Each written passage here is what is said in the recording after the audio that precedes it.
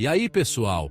Hoje a gente vai mergulhar num poço profundo e escorregadio, daqueles que te fazem questionar tudo. Já parou para pensar, no meio da correria, o que define o bem e o mal? É fácil apontar o dedo quando a gente vê uma notícia bizarra, mas e quando as coisas não são tão preto no branco? É nesse limbo que a gente vai navegar hoje. Preparados? Vamos desvendar 10 coisas sinistras que embaralham a definição de bem e mal. Apertem os cintos, porque a viagem vai ser perturbadora.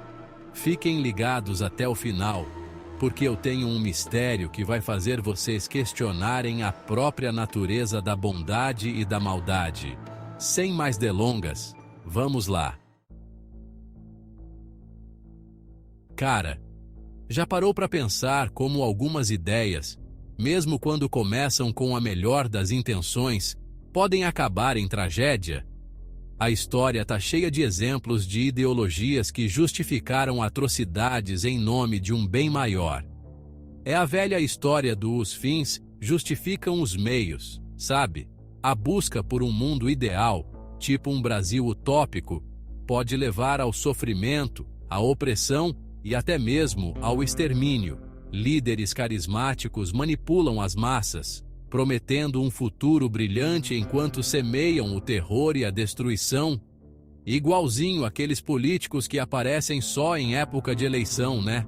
A gente precisa estar sempre atentos, questionando, duvidando, para não cairmos nessa armadilha.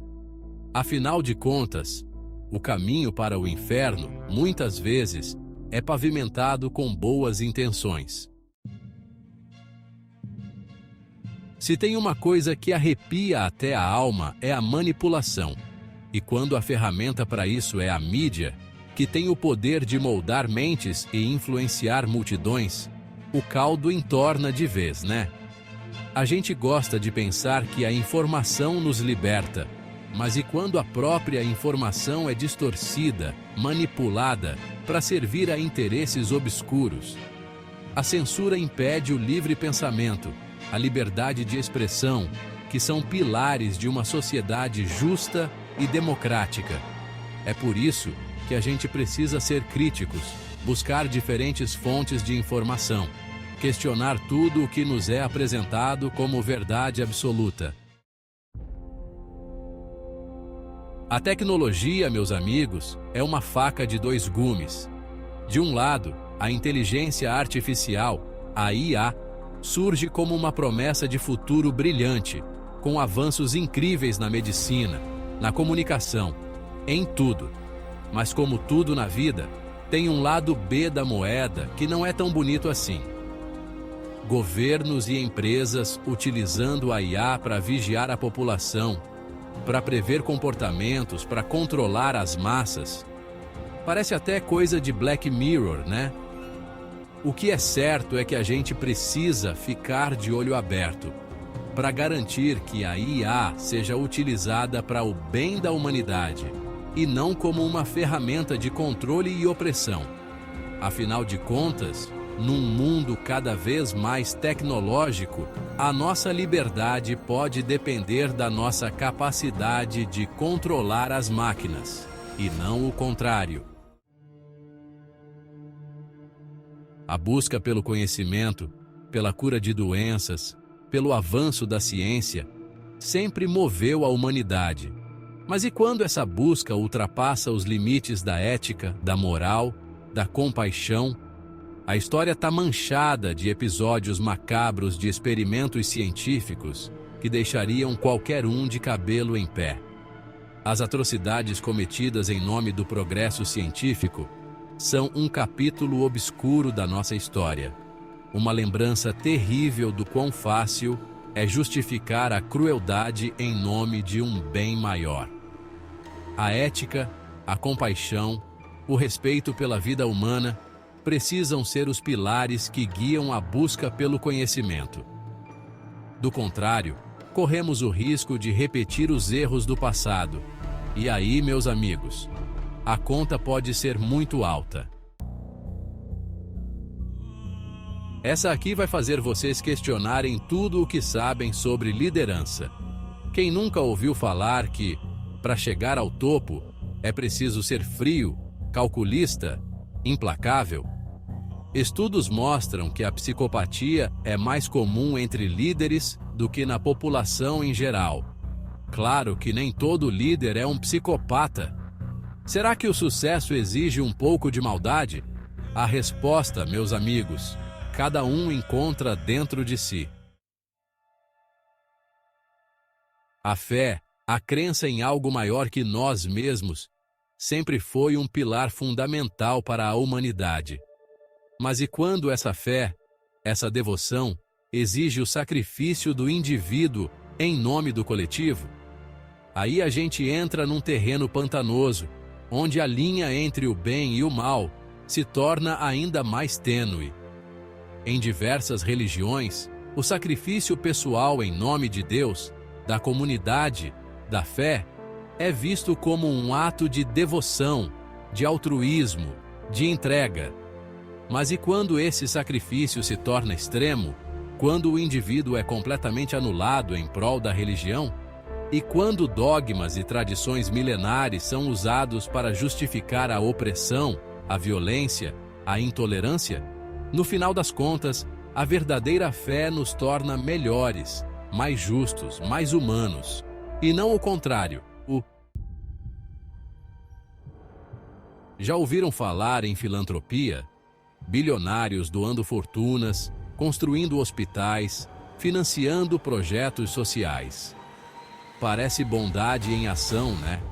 Mas e se por trás dessa generosidade houver uma estratégia para aumentar poder e influência?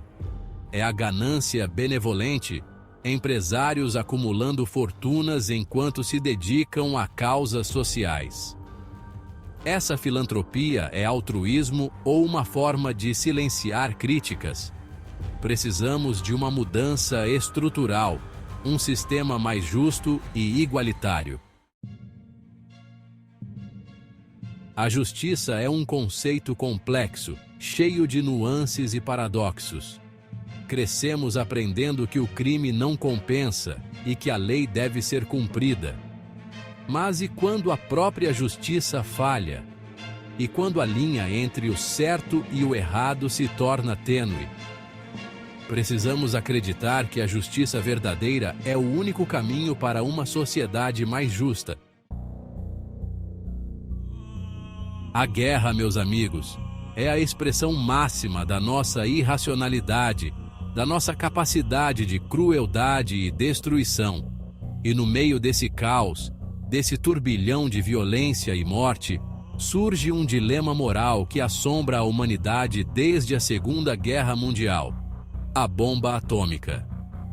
Em 1945, o mundo assistiu horrorizado ao poder devastador da bomba atômica em Hiroshima e Nagasaki.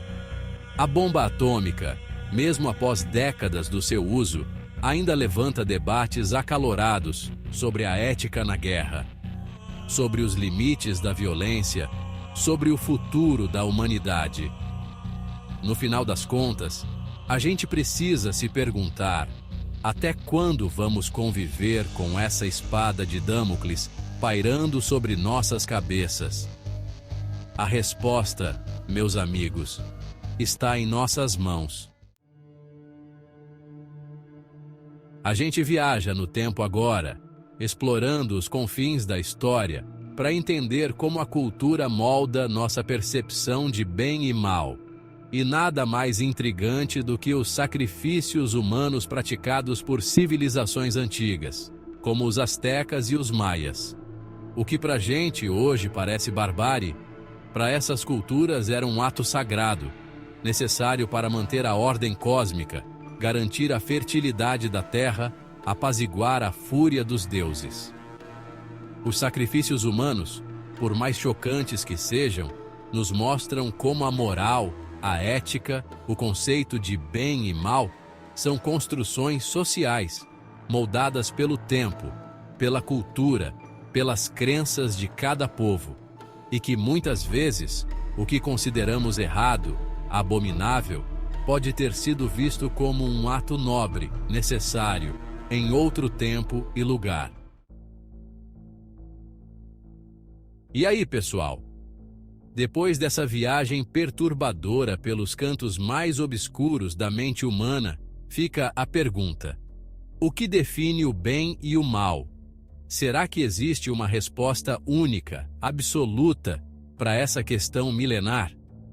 Em cada história que a gente desvendou, vimos como a bondade e a maldade podem se manifestar das formas mais inesperadas, como o bem e o mal podem se entrelaçar de formas assustadoras. O que nos resta é a reflexão, o questionamento constante, a busca por respostas que, muitas vezes, geram ainda mais perguntas. A gente se vê por aí, explorando os mistérios e as contradições da nossa querida e complexa raça humana. Até a próxima!